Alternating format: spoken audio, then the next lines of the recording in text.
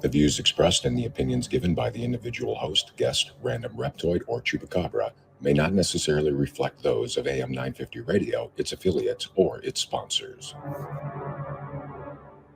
Now, it's time to step into the unknown.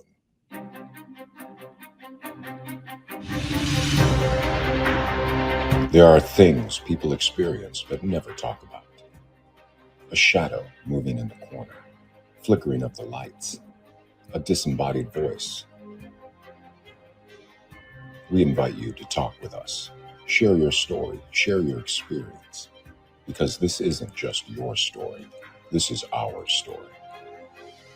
This is GhostBox Radio with Greg Bakun. And this is GhostBox Radio on AM 950, where every night we talk about the paranormal, ufology, Bigfoot, and so much more. My name is Greg Bakun, and thank you very much for joining us in the Twin Cities here, joining us on a very rainy Thursday evening. My goodness, it's of almost of biblical proportion, the rain, and makes the drive a little crappy. I'm not going to lie, and I keep thinking to myself too that this is not great, but we're just weeks away, aren't we, from snow, blizzards, bad driving, bad people driving, which is me, and just getting off the roads and stuff like that. I mean, I'm not trying to be the forebearer of doom over here or anything, but my goodness, it's not working. It's a frightening time. I actually get a lot of anxiety driving in the winter. It's not my favorite thing to do at all. And I know that that's probably the case for most of you out there, but there are some, aren't there, that they thrive on it. They're fine with it. They're able to drive just fine when it's snow all over the place. I am the exact opposite. I mean, I might as well, if I get into a car when it's like blizzard out, I might as well just take a sledgehammer and smash your car, because that's where we're headed. And that's something that I cannot handle it at all. Hopefully I'm moving my operations to my house here so I can don't have to come in on such inclement nights of weather, but we'll see what happens, right? It's funny because I'm complaining about that, but my guest tonight is from a very opposite area of that sort of climate, and I'm very jealous of her at the moment. CL Thomas travels widely every year as a fine arts photographer and writer, exploring various afterlife research, OBEs, metaphysics, folklore, and paranormal events and groups. She is an author of the novel Speaking in Shadows, and and hosts Small Town Tales podcast. She has written many articles and maintains a blog on legends, folklore, magic, and paranormal stories. Currently, she resides in Las Vegas, Nevada. You know what I mean, folks, with her beloved golden retriever and Maine Coon cat, CL Thomas. Welcome to GhostBox Radio. Greg, thank you for having me. Oh, my goodness. Honored. My pleasure. And, first of all, there's so many things I want to talk to you about that has nothing to do with paranormal. First of all, that big globe, that sphere that's in Las Vegas. What is that about? Oh, my gosh. I am totally obsessed with that thing. I am too. For the longest time, they put it up. It started going probably in July, and it was just stagnant graphics on it. They weren't that great. But then as it progressed, it was better graphics. They had this big eyeball kind of overlooking the strip and all kinds of neat things. Well, now it moves. I swear, Greg, I almost wrecked my car when I saw the little thing moving. I thought the same thing when I saw it's like, how many people are going to die because of this thing? And the truth is, I mean, because I see it has like it when it's like the globe is yellow and has a little face on it, it's sleeping, and then it wakes up. And then I saw pictures of the U2 concert that's happening inside there, which makes everything look infinite. And I'm already kind of like, it's like I don't have vertigo, but I started to get it when I was looking at it. I mean, but at the same time, I can't take my eyes off of it. I don't know. That's pretty cool. I love it. It's definitely it's the best thing going on Vegas right now. I have to admit. I just everybody's talking about it, and just the fact that you two have moved in as residents is something too. That's crazy. Crazy. Yeah. Just a few days ago, they had an impromptu concert down on Fremont Street. They just decided to join up and had an outdoor concert down there for the people in Fremont. Wow. The drunk people. For the drunk people, well, you know what? I mean, they're drunk probably anyway themselves. I remember hearing the story when they did some voiceover for an episode of The Simpsons that they brought their own bar with them. This like Yeah. little, so I mean, and nothing wrong with it. I mean, I enjoy a drink now and again. So I'm not saying that that's wrong. I'm just saying that I guess I'm saying I wish I was you too. I don't know. I don't know. There's no bar here. I know that much right now. The other thing too is that you have a Maine Coon, which Yes. are beautiful. I used to think I had a Maine Coon. It's silly to say that way because it turns out that I thought I had two Maine Coons in my life. One named Dave, the other is my current cat Linus, but they turned out to be ragdolls. So they're not Maine Coons, I guess. Loki is definitely a Maine Coon. He's my dog actually adopted this cat, brought it in as a little kitten. She was carrying it around the yard for probably a few days before I realized this cat was in trouble, and took it in, did the bottle feed thing for the first few days of its life. And yeah, he's a sweet cat. There's just nothing like a Maine Coon. It's a first. No, they're huge, they're lovable, and I'd say the same for ragdolls, and I think that's why I got confused. Except ragdolls don't look like Maine Coons tend to look like lions, don't they? Yeah. Yeah. And like Linus doesn't look like a lion. He just wants to hurt me, and that's. But we'll talk about that some other time. So before we get into it, Ernie Pack had said regarding my plight, move to Kentucky. We get very little of that crap, but if I move to Kentucky, Ernie, I replace one crap with other crap, if you get my drift. That crap, of course, being Ernie himself. So we got that out of the way. We got the pleasantries out of the way. Now, you have a lot of stuff going on. You have a lot of good things happening paranormal-wise. But the one thing that we wanted to talk about, at least to start with, is your new book that is not actually published yet, right? Dancing with Demons. Yeah, it's something I'm having a hard time with an upload, and then I was waiting on a forward from Dave Schrader, but I have all the pieces. You'll be waiting forever for that. No, I'm just kidding. I don't. Dave is a great guy. He's very charismatic. I got the piece this morning. It's great, and now I'm just I'm working with a graphic designer to get it to fit into the confines for print, but it should be live by Sunday. That's fantastic. So when it's available, how do people get it then? So they'll be able to get it through my website.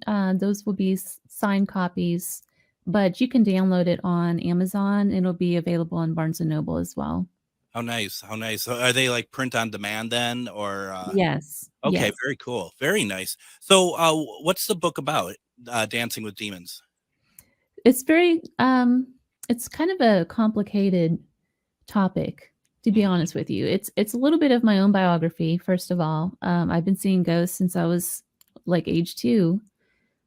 So there's a little bit of that in there, as well as a little bit of my family background and the things that happened. And I talk about kind of how I kind of developed, I guess, the ability to see ghosts and mediumship side of things. But it didn't really come to light for me until I moved into a haunted house in Nashville. So it's about that experience. I was never afraid of the paranormal until I lived in this house, and it kind of woken everything up and tossed everything I believed about the paranormal upside down. So you had been seeing stuff, it's been a part of your life, but then this took you in a different direction that doesn't sound great. Yes, that's correct. Wow. I mean, I know that the purpose is for people to buy the book, but can you give us any sort of like maybe hints or anything of what was happening in Nashville that really turned all this on its head for you?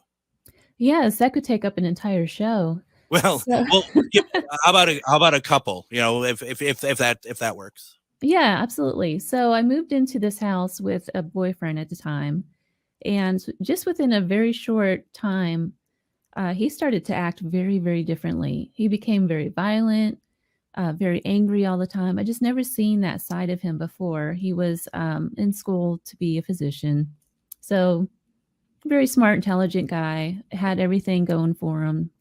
He completely flipped. So he got a little bit violent. I asked him to move out, and I had my best friend move in with me. And I don't know, things kind of took a turn. It started with small things. It's kind of the only way I could describe it is if you've ever seen a tornado come in, it starts out small. It's like maybe a little bit of wind, some rain. It kind of builds and builds. And then the big storm happens. It only happens for a couple seconds and then it's all over, but everything's destroyed. That's kind of what happened. Mm-hmm. So it started with like tapping noises. Then it became audible noises, shuffling in the room, that sort of thing. We would see shadows, and it just kept growing and growing to the point where the activity got very violent. It was throwing things around. I got scratched. A gym bag was picked up and thrown across the room. Just different things like that. It was very different, almost like a demonic. I was going to say, it sounds very like, like a couple of the stages of, demonic, and I don't want to say possession, because I know that's not the case for you. Maybe I'm wrong. But I mean, it's the idea of like the oppression, which I mean, it always starts with like the scratching and smaller sounds and stuff. Were you aware of this being a possibility at the time, or were you thinking it's something else completely different? I thought, I didn't really know what to think at the time. I knew it was paranormal. I didn't know I didn't know there was a dark side to the paranormal.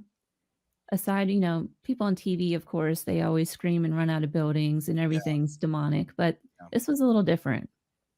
I suppose too, if you grew up in the situation where you're seeing spirits, they're fine with you. There's no reason to think otherwise. I mean, I guess, it's an interesting thought of what happens when you think that something's always going to act a certain way, but then you get surprised because you're not aware that it can be like this, I suppose. Exactly. And that's very much what the book is about. You hear a lot of mediums talk about growing up, seeing ghosts for the first time, and realizing that they have those kind of abilities. The first thing they always say is they were afraid when they were growing up. It was a nightmare for them. Or they didn't know where to turn, different things, different stories, but they all relate to the same thing. They were fearful. I didn't have that. My experiences were very different with the paranormal growing up. It was always more of a comforting spirit around me. That's interesting. Were they protective, do you think? Yes, absolutely. And there's some stories in the book. I don't want to go into too much detail on radio, but I didn't have the greatest childhood. Okay. And so when certain things happened, there was a entity that would show up in the room and kind of block the doorway as if he was blocking whatever could come in and harm me or whatever. Sure. Not that anybody was going to come in and harm me, but there was a lot of screaming and yelling in the house, and a lot of different things were going on. So the idea was that you had a protector. Yes. Regardless of whatever level that was needed, that was there for. Do you know who that protector was? I mean, in terms of like, was it someone related to you? Do you know if it was a man, a woman, or any ideas about this spirit? Yes, he presented himself as an older male with a big white beard. And I was old enough to watch the show Rudolph the Red-Nosed Reindeer. Have you ever seen that movie, the play one with he looked just like that Santa figure in there. So I called him Santa. What's interesting now, though, looking back, of course, I didn't know this as a kid, but Santa is a very protective spirit for children. If you look at the folklore around Christmas. Mm-hmm. So just making those kind of connections. I did talk to my mother about this figure, and she said that I would talk about him a lot as a young child. When we moved, he kind of went away. But she was able to find out that we did have an older neighbor who passed away just years before we moved into the house. So, and there was other things that happened as a child. My great-grandmother was in my room, and I was able to describe her. I had it was a little girl entity that would come around a lot. Mhm. We don't know if this was a real child or not. It was never verified, but just different things like that throughout my childhood. That's fantastic. That's really cool. Why don't we do this? So before we get into any other big conversations here, why don't we go ahead? Let's take our first break. When we come back, we're going to continue our conversation with C.L. Thomas. There's so much to talk about. We have her book, Dancing with Demons, that we could talk about, plus her interest in folklore, her podcast, so much more. You're listening to GhostBox Radio on AM 950. Need a stone to change your luck or break a curse? Try Larvikite, known for its hex-breaking powers. Need an herb to repel negative spirits? Try Rue, used to repel demons and jinn. Want to create a decoy so black magic can't touch you? Make a witch bottle. For more magical advice, visit Magus Books in Minneapolis. We've got the tools and the expert advice you need to succeed against the dark arts. Find us at 1848 Central Avenue Northeast in Minneapolis or at magusbooks.com. Reach your highest level of consciousness and well-being with MetamorphosisConnections.com. MetamorphosisConnections.com is an online directory of the best holistic and metaphysical practitioners to help you make your most informed choices. You can search MetamorphosisConnections.com for classes, events, wellness and life coaches, plus metaphysical products and shops. You can also search for a wide array of healers from all modalities, including EFT, sound healing, energy healing, light therapy, ancestral healing, shamanic healing, reflexology, past life regressions, hypnotherapy, yoga, and more. And if you're not sure where to start, the search feature on MetamorphosisConnections.com is tailored to help both those who know what they are looking for and those who are just starting. Come explore the possibilities for your higher self by visiting MetamorphosisConnections.com. Their experienced practitioners can guide both beginners and those that are already on their spiritual journey. That's MetamorphosisConnection.com, your link to direct you on your spiritual transformation. The Tilted Tiki, located in downtown Stillwater, helps you get your tropical tiki vibe on with a large selection of fantastic tasting tiki cocktails served in unique and fun glasses, a menu of delicious food ranging from small bites, craft tacos, sandwiches, and more. Plus, don't forget they have live music Wednesday through Saturday nights. Located in downtown Stillwater, the Tilted Tiki is your tropical relaxation restaurant in Minnesota. Visit thetiltedtiki.com. Greg Bakun here. I've told you about the out-of-the-world roast beef sandwiches at Maverick's Real Roast Beef, but I haven't told you about their Philly steak sandwiches, turkey bacon avocado sandwich, BLT, crispy chicken, fish sandwiches, brisket, or pulled pork. Okay, you get the idea. They make a lot of delicious food to the same standard as their famous roast beef sandwiches, and now I'm starving. I'm going to go to Maverick's Real Roast Beef off Lexington and Roseville, and you need to go too. Check out their menu at mavericksbeef.com. Have you ever met someone who not only can help you on a deep spiritual level, but also potentially change your life? Refined Divine is an extremely gifted psychic medium who travels the nation and lives right here in the Midwest. And she offers mediumship, mentorship, house and business parties, energy healing, palm readings, and so much more. Refined Divine has helped thousands, and she can help you. Hi, this is Psychic Medium Deb. I cannot wait to hear from you. You can go to refineddivinepsychic.com. And I hope to see some of you out in Bayport, Minnesota this Saturday at the American Legion 491. We're talking about Witchy Weekend on the St. Croix, a wonderful event that is happening this Saturday from 10 a.m. to 6 p.m. You can get tickets at Eventbrite. Look up Witchy Weekend on the St. Croix. I'm going to be speaking there at 5 p.m. I'm also going to have a table there all day if you want to stop by and say hi. Also, Jody, who you just heard on the commercial, she is going to be there. Actually, she starts off the day. I think at least one of her sessions is completely sold out. Not a surprise. She's amazing. But definitely come out and see us this Saturday once again over at Witchy Weekend on the St. Croix at the American Legion 491 in Bayport, Minnesota. That's from 10 a.m. till 6 p.m. But I have with me right now, I have C.L. Thomas. She's the author of the upcoming book, Dancing with Demons, A Paranormal Encounter. The book should be available this weekend. C.L. Thomas, once you have the book ready to go, can you please let me know, and I'll put it out on my social media platforms as well, just so that people who are interested are able to do so. But is there a way that you like them to follow you on social media?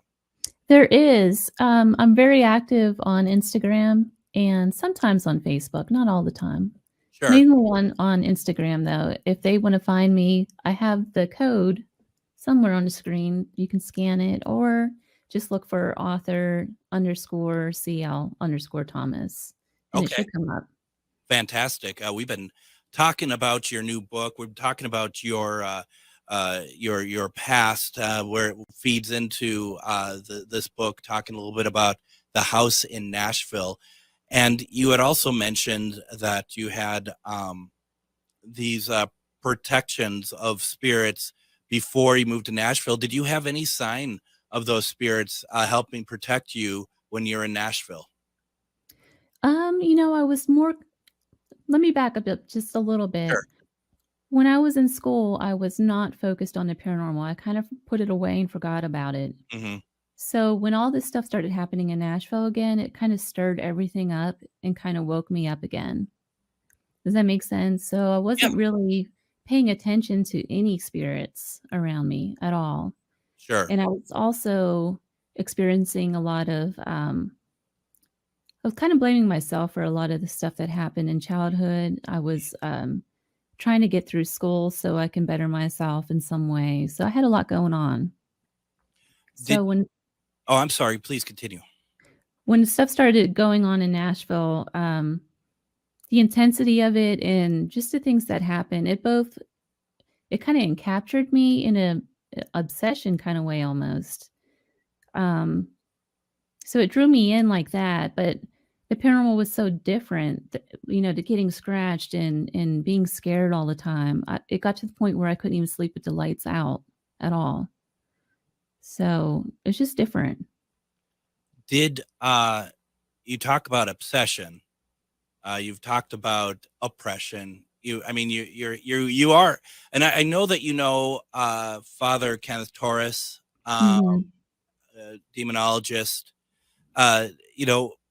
To this day, and I think you answered the first segment. I apologize. I'm going to ask again. Do you think that situation was demons? I think so.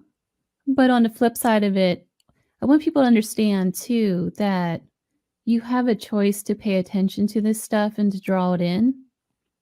So, and that's why I wrote the book. It's more about taking your power back and to realizing that you do have a choice in life if you're going to pay attention and be dominated by a spirit.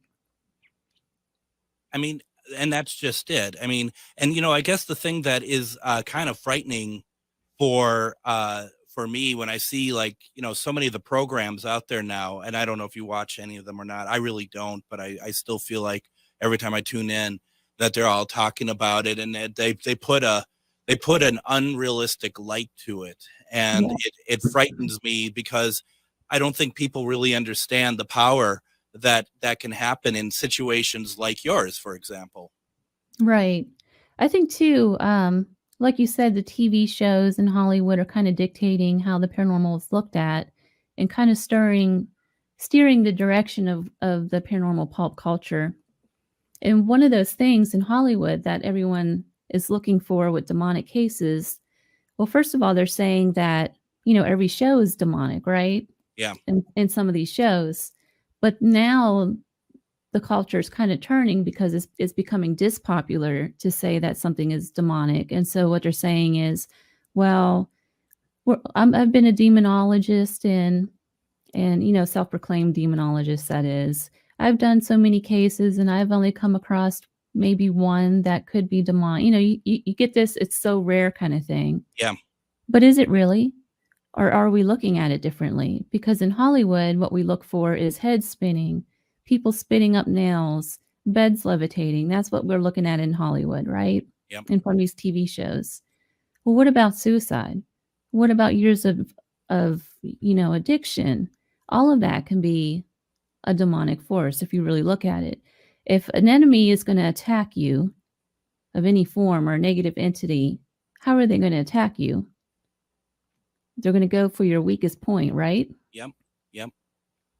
And if your weakest point is alcohol or drugs of any kind or whatever else, I mean, it could help feed you. Right, exactly. Now, I want to make it clear, though, that I'm not saying that, addiction and everything could be all demonic. Right. That's not what I'm trying to say. Absolutely. Yeah, and it's probably wise that you say so, because you're going to get someone who's going to be like, yeah, Dale Thomas says that every addiction is demonic possession. But, and this is what I was trying to get at, I guess, a little bit too, because I feel like, and maybe you'll disagree, I feel like that we're making each other's points a little bit here, because, I'm just thinking about the Nashville house. You're talking about, the four, what demonologists look at as the four characteristics of demonic possession. And I'm not saying you're possessed, but it felt like that things were getting there, right? And it kind of goes to your conversation about it's not going to be overt all the time. You got infestation, you have oppression, you have obsession. They're words that you've actually used, and then you finally end up with possession. And you think about too, like, there's a lot of people who are going to be like, well, it's also one of the things that like they look at before providing any sort of exorcism is somebody's mental stability, their mental state. But to your point, and I think that it's something that is worth discussing, is that perhaps someone's mind gets to a certain point because of those influences as well. Exactly. And I do have a case that I won't disclose the name or anything. It's a case I was on last year in California, and it was in a almond orchard. It's a beautiful house in the middle of an almond orchard, and this lady grew up in the land, and it's hers. But she built the house in the 70s, so the house isn't old or anything, and there's no traumatic stuff that actually happened on the land itself, other than Native Americans lived there at one time before it was farmland. But she was claiming that she was seeing shadow figures, and that the haunting was leading her husbands to be sick. When I was on the case, she was on her third husband. Her third husband was on hospice and dying, and she was blaming that on whatever paranormal entity was haunting her home. On top of that, she lost 3 children. And there's another thing, threes were seen a lot around her. But, I talked to her a couple times, and finally, there's only so much you can do to help a person who is in this state. She was very depressed. She was in such a state that she really needed to get counseling. There was no way anybody from the outside could help her unless she decides to get that help, right? And I feel like it's the same with a lot of these cases. There's only so much a person can do, but you're going to have to decide, are you going to stand up and get the healing or get the counseling or remove yourself from the situation? I mean, that's so true. And, even at the very most basic level, you have to ask for the help when it comes, if you think that there is any sort of other entity involved, of whether demonic or whatever, you have to be the one to ask for the help. You can't expect a priest or a demonologist or whatever to just be like, oh, it looks like you need help, I want to help you. They have to take, at the very least, the first step to identify that they need help. Well, the other side of it too, from the paranormal investigator side, I feel like we're not doing a good job as investigators either in providing help to clients. What we're doing as in pulp culture is we're going in, we're gathering evidence, and then we're leaving that family. We're not going back. We're too concerned about making TV shows and our YouTube shows or whatever it is people want to do with that evidence. So that's the other side of it. I feel like that we're missing. It is. I think that's a broad stroke, if I may, because I don't think everyone's that way. No, not everybody. But I take your point. Your point does stand. But I mean, and that's the problem, and that's also the problem, is that people are seeing us all as one kind of group. And yes, it does feel like, and I've said this before too, that when I look at my feed, on Facebook. Not that that's the scientific method of anything, but everybody on there is all work, all they want to do is they want to have, the events, and they want to meet, their cliques and the events, and want to be able to go to the places that everyone goes to for investigations and meet celebrities and stuff. And I don't see hardly anyone anymore talking about private investigations, private residential, or private any sort of thing. And I understand that doesn't mean it's not happening, that there are confidentialities, but you never even hear anyone even talking about them in broad strokes either. Right. Yeah, And that's interesting. And maybe I'm talking in broad strokes about that, and maybe it's happening all over the place. But all I ever see is people talking about, like, oh, we're going to get together at such and such a place and investigate. That they investigate all the time, and they're always looking for the darker places to investigate. Mhm. And, that I see people posting like, oh, I got, there's a priest there, a spirit priest there that wants me to, and expletive them. And it's like, what on earth is that about? And it's so frustrating to hear that sort of thing, because that is not what this is about. And I will fight Right. anybody on that. You're exactly right. I feel like that's a big key thing that we're missing in the paranormal, though, is if you really want to help clients and help the field and help people, like, everyone says they want to help people and that's why they're in it, Mm-hmm. then, you would really benefit to look at these cases in a different light. And maybe, technology's good. Don't get me wrong. I love the tech side I've had shows all about tech. I love it. I'm always looking at that stuff. But are we so much engaged in collecting evidence and equipment now that we're kind of missing the spiritual aspects of the paranormal, or the counseling aspects? There's just so much more to it that we're not getting to anymore. I think that is just spot on. And I am somebody who loves the tech side too. And over the past couple of years, I find that I'm taking them away. I mean, my show is called GhostBox, so a spirit box is a big thing that I still feel very connected to. But you are absolutely right that lift your head up from the screen, right? See what's going on around you, and that biggest tool, and it's always funny when you say it, but you know what I'm going with. The biggest tool is ourselves, right, for paranormal equipment, and I do get frustrated when people are like, I don't have a psychic bone in my body. And it's like, everyone does. And some people seem to wear that as a badge of honor. Like, oh, I have no psychic abilities whatsoever.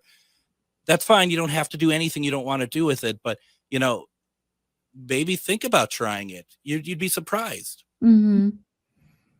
Yeah, I feel like everybody has a little bit of ESP or a little bit of psychic ability. It might not be developed, but everybody is connected to the ether. So now, are you a medium at all? Do you carry these gifts with you? I do, but I don't like to profess that I am. It's a big step, isn't it? It is. It's a very serious thing. And when I use some of my equipment, like my spirit box, I actually do try to use mediumship with it to bring forward the people I want to speak with. But if someone said to me, does that mean you're a medium? I'd go and hide under the desk and kind of shiver. It's just because, to your point, that's a big, heavy title that I don't feel, speaking for myself, I am at that stage to be able to be like, yep, that's me, but what you're saying though, is that you have some stuff going on. Yes. To your point too, I am working with a very well-known psychic medium who he's been to the Finley College. He actually teaches at that college, and he's working with me to do spirit art. I'm an artist, and I'm pretty good at doing the spirit art. But I think the things that there's a lot of people professing that they're mediums right now out there, and I think it's just like the paranormal. It's all about the thrills, and it's more than that. There's a lot of counseling that goes on with the clients that I speak to. There's just a lot more to it. It's not just about reading somebody and then leaving them. There's a lot of crying. I have a lot of clients that cry. The people I do read for, just a lot more to it. One of them actually had to contact somebody in her life to get her counseling. So there's an extra step there. It's not just a, hey, I'm so cool, I can read. There's more to it. There's a lot more to it, and you're absolutely right. And the thing too that maybe people don't quite understand is simply the fact that a paranormal investigation of helping a person in the private sector can take months. It's not a one night and done. It's not 2 to 3 weeks of going through evidence, presenting, like you said, and then heading out. It's a constant, the whole thing of whatever is there coming back, or the people that you're trying to help, they're not following direction and they themselves are bringing it back accidentally. I mean, there's a lot to it. And then to your point as well, and I think I don't think this could be overstated, the mental side of it, and also the fact that you might interview somebody to see if you can help them, and you realize that they need something else, and you can't just leave them be and be like, well, good luck with that. You have to, you're invested now. Right. I truly believe that. There was a case that I talk about in the book, and I don't want to go into too much detail either, but this case was drawn to my attention through that show, The Holder Files. Oh yeah. Yep. The episode where I forget where they were actually, but there was a young lady who was being oppressed by a spirit. And of course, it turned out to be that she was drawing this to herself and she had the power to overcome it. And they kind of lead her into that. But the reason they got into that case was from a case that Hans Holzer had in Tyler. And if you read about that case, it's actually really sad, where this entity was oppressing the entire family, but specifically the boy, Andy. Mm-hmm. And I think Hans had lost the ability to communicate with this young man and kind of went his own way. Mm-hmm. Kind of stopped the case. He just, for whatever reason. And years later, it turned out that this boy was still being possessed, even as an older man. He was still being bothered by this entity, and he ends up taking his life. Wow. And if you read further into this case, Hans says that he really regrets this case, that he hasn't done more. And it's interesting that you said that for many different reasons. It is, because it really hits the nub of what you've been talking about earlier. Yeah. And I think that the purpose of this book is to try to bring that to light to a lot of the investigators. And, I'm not saying that everybody's just out to collect evidence. That's not what I'm saying. I'm just saying, why are we doing this? Absolutely. Take a look at why. Absolutely. Why don't we do this? Let's go ahead. Let's take another break. There's so much more to talk about. If you have any questions, please put them into the comment section. We're not doing political, folks, so I see that. We're going to delete it. You're listening to GhostBox Radio on AM 950.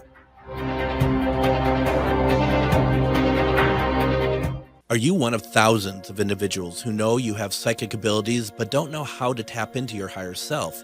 Refined Divine is an extremely gifted psychic medium who offers classes that can help you reach your goals. Refined Divine holds classes Monday and Thursday at her 2 locations and via Zoom. Classes consist of manifestation, learning psychic abilities, shadow work, and healing trauma. Refined Divine has helped thousands, and she can help you. This is Psychic Medium Deb. You can go to refineddivinepsychic.com. Greg Bakun here. Like you, I love good, fresh, delicious food. So I want to tell you about this treasure in Roseville called Maverick's Real Roast Beef. Maverick's has the best roast beef sandwiches I've ever had. Made fresh every order. Add fries or onion rings dropped in the fryer when ordered, and you have a winning combination.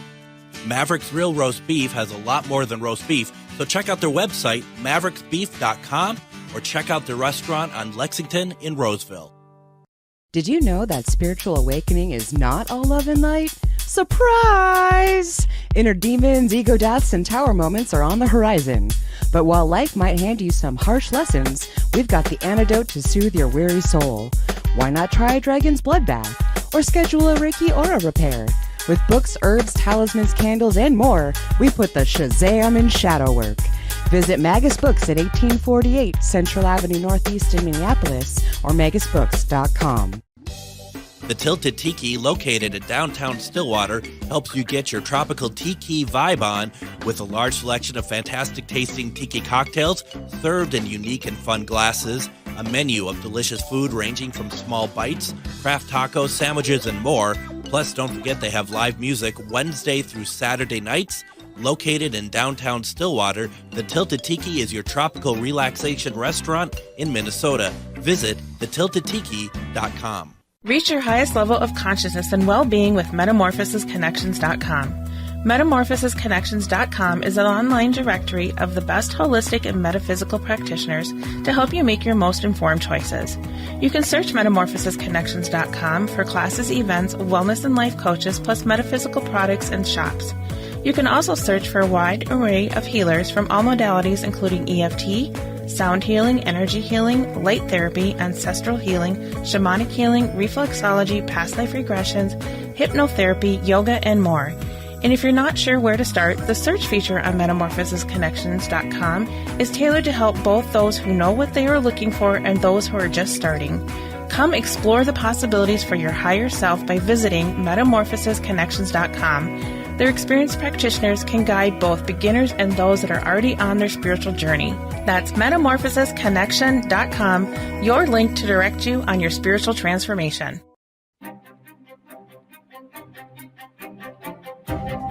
And join me tomorrow on GhostBox Radio with Greg Bakun. Tomorrow is Friday the 13th.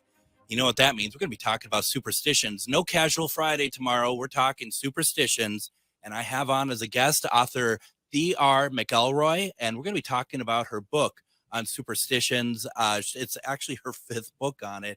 I guess there's a lot of them out there worldwide, and there's so much to cover in this, and I'm really looking forward to that conversation. So we will definitely be doing that tomorrow. And before we get back to our author, C.L. Thomas, today, I do want to just quickly say, I know that with the world climate, things are running and emotions are running extremely high.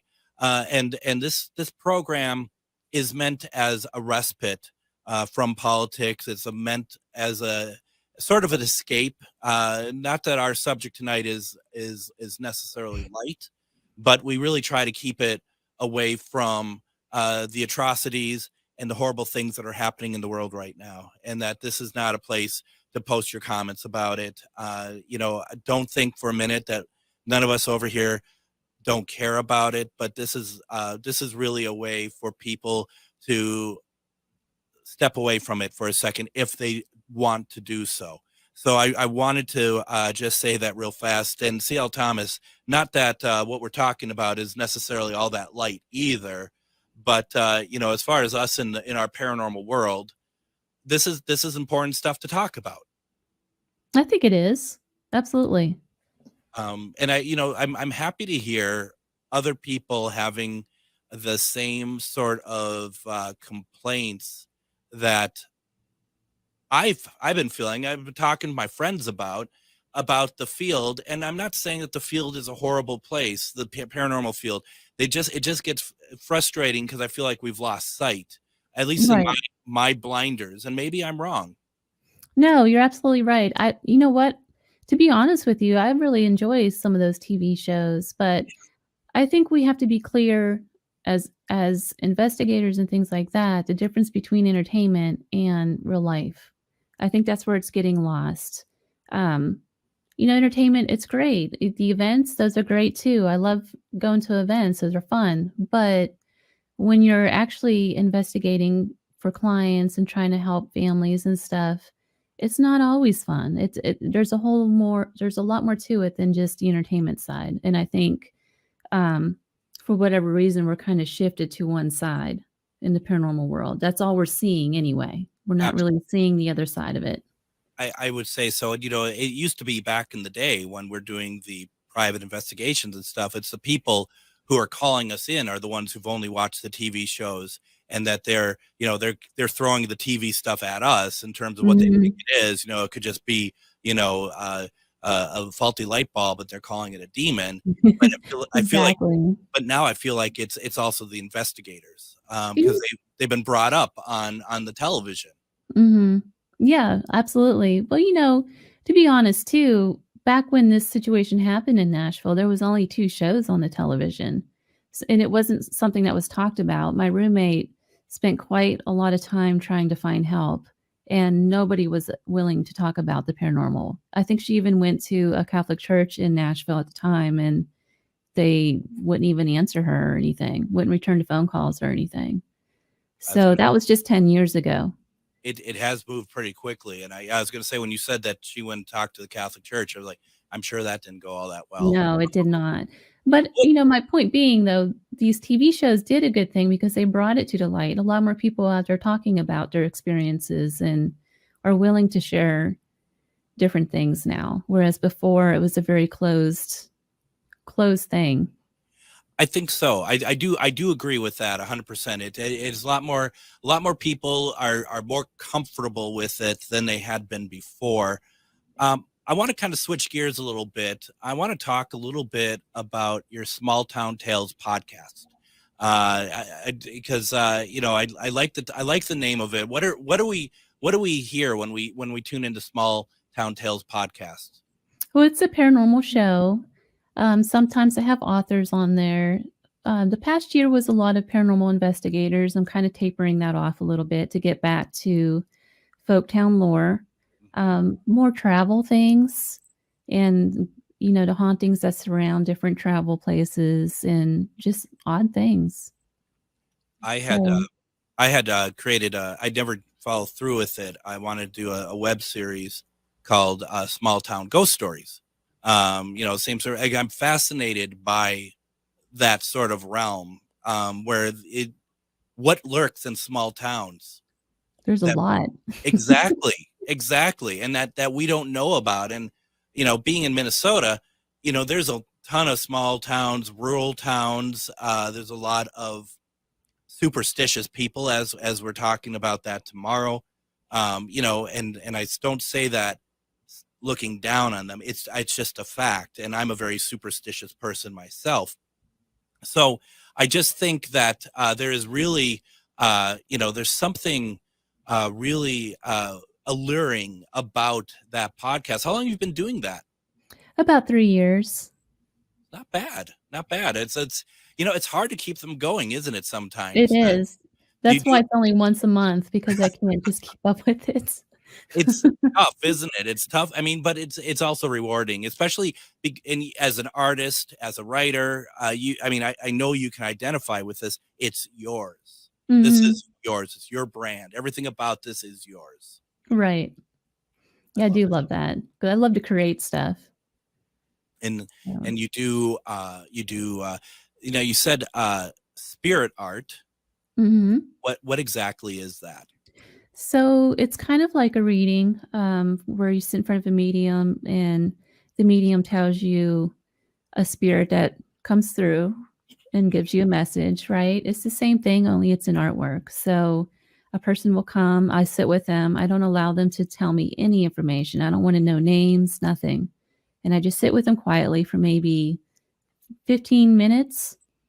And then I jot down everything I get from the spirit, whatever spirit comes through. Sometimes it's several, sometimes it's just one, and sometimes it's nothing. It just depends. And then I'm able to sketch what the person looks like, and just different objects will show up. The last one I did was for a friend of mine, and she asked me to do it for. I usually don't do friends or people that are close to me, obviously, because I don't want to be guided in any way with it. But I told her I would do it, and I didn't know this about her. But a young man came through, and I was able to sketch him out. And what I saw was a bunch of like deer horns, and I saw a big oak tree. I saw just several things, and I put it all in there. And then I heard his name, and it looked like a sword or something. And then I heard warlock. And of course, I don't know what any of that means. I just kind of jotted down on the paper on the side of it. And I gave it to her, and she started crying, and she said it was a friend that committed suicide. just a few years ago. I had no idea. And this guy was an avid hunter. He was a taxidermist, so that's why I was seeing all of the deer horns and all that kind of stuff. And he practiced magic. That's how she knew him. Was he considered himself a warlock? I guess that's a male witch. Yeah. But that's what I do. I'll sketch it out. I don't always necessarily have a message. But I always have like some details around it, even though I don't know what it means. Right. So that's the gist of it. And so you do that, you get message from spirit, you create art from that. Right. And yet you're not ready to call yourself a medium. I just don't like the terminal. I just don't like how it's used, I guess. Sure. I'm just curious because I mean you are getting you're getting some pretty big validations with it. And you know, everyone does what they're comfortable with. I just was very curious about that. It's interesting because I used to do a lot of walkthroughs for different ghost hunting groups. Like I would go in and tell them what to expect and where to set up, that kind of thing. But I didn't feel like there was enough evidence for it. But now that I'm working in a way where I can get that evidence with different clients, it's just different. It's eye-opening. I bet it is. I bet it is. Do you have spirits that return to you that weren't necessarily connected to you, but they show up more than the case? Okay. Yes. For instance, Goldfield, that's in my backyard. You know, it's not too far from Las Vegas. Oh yeah. Every time I go through there, I always end up having to stop for one reason or another. Last time I had a flat tire and I had to stop right in front of that Goldfield Hotel. Oh yeah. But anyway, long story short though, there's a woman there, a young girl whose spirit first time I saw her all the way across the cemetery, and I went over there, saw her name, and she's not even buried under the right name. There's like this whole story to her, and actually my next book is going to be about her. But she shows up again and again. Have you investigated inside the Goldfield? I have, yes. I've always wanted to. I've been on the outside of it. I've been in Goldfield. I've touched the building. I have pictures of myself in front of it, but I've always wanted to investigate in there and communicate. It's got a lot going on. I have to be honest, though, it's not as active as what I had expected, you know, just from seeing different shows and things. I tend to pick up more on the outside of the building, and there's a schoolhouse there that is way more active than than the actual hotel. And there's also a private residence that I've done there too. That's pretty haunted. Oh, okay. Yeah. Because that town just was decimated. I mean, there's nobody. I mean, it's just incredible. And it's sad at the same time. And I was driving down that way. We went past Vegas and we were on our way to Reno, nearby Reno, Virginia City.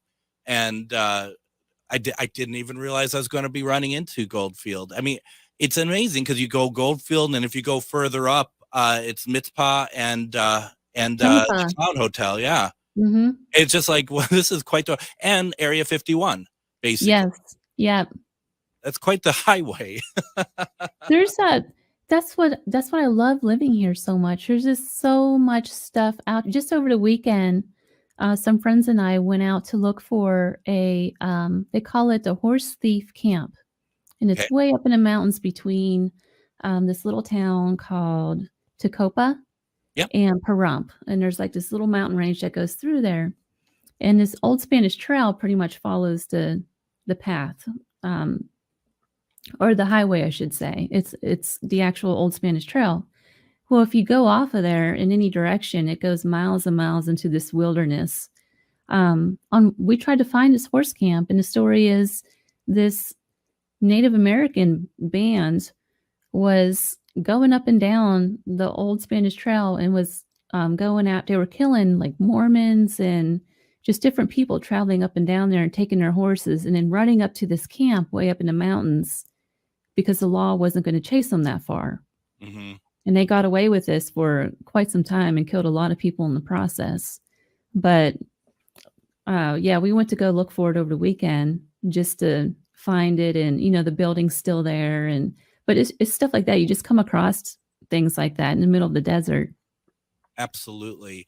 Now, as we're wrapping up here, your Instagram address again, please. I'm going to put this, for those who want to also scan, I'm going to make you large on the screen there for people who want to scan, but how do they find you on Instagram? It's author_CL_Thomas. That's fantastic. And I really appreciate it. Let us know when the book's available and we'll put people your direction. CL Thomas, thank you so much for joining us tonight. Greg, thank you so much for having me. I hope to have you on again. Thank you. Thank you very much. And then tomorrow we're talking superstitions. So join us as we have on Dr. McElroy. Have a great night, everyone. Take care.